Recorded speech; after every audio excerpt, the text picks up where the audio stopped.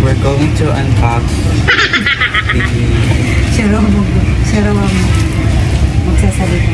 lagayan ng cups. Cups organizing. Kasi nahihirapan yung mga cups namin dito. Walang sinog. Kawawa naman sila. Nakatayo lang sila dito. Oh, Na-assemble pa to. marunong ka mag-assemble mo. Hindi na. Gerald, syempre marunong ako mag-assemble. Gamit ko kayo mag-assemble. Ang ganda niya, guys. Kaya na ito mga paratas. Sana na magawa namin yung mga sige. Yan, natanggal agad. Ito yung instruction niya. Papo na to. Hindi sa akin na.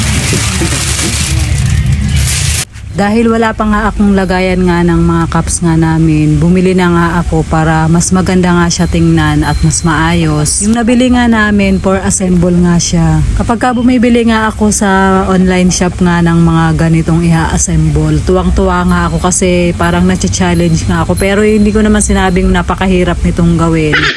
Natutuwa lang din kasi ako minsan magkuting-ting ng mga bagay-bagay. Kahit nga inaabot pa nga ako ng medyo matagal na oras. Parang challenging lang din kasi siya para nga sa akin. So yun, dahil nga nandito nga si Gerald, mas mabilis nga naming natapos nga itong ginagawa nga namin. So itong ginagawa nga namin, meron nga siyang ilang parts na may bale. Buti na lang din kamo at hindi siya natapat dun sa lagayan nga ng lock para nga mas maging matibay. Sa pag-deliver na rin siguro kaya may mga bali nga siya ng kaunti. Okay na siya guys. Buo na namin dito.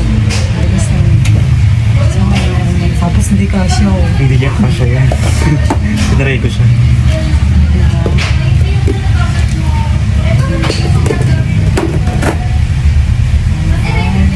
Dagdagan mo pa yan. Sige, nagtaga mo na. Tapos akin na itong yung pang hot coffee. Tsaka yung mga kape. Tsaka yung ano mo. Hindi ka na, be. Sige na.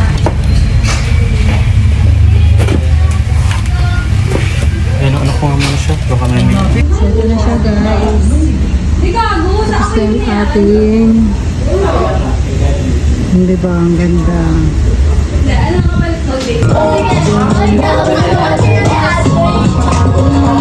So, guys, shark spin.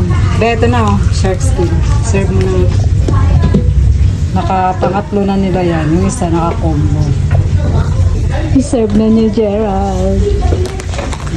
short spin po.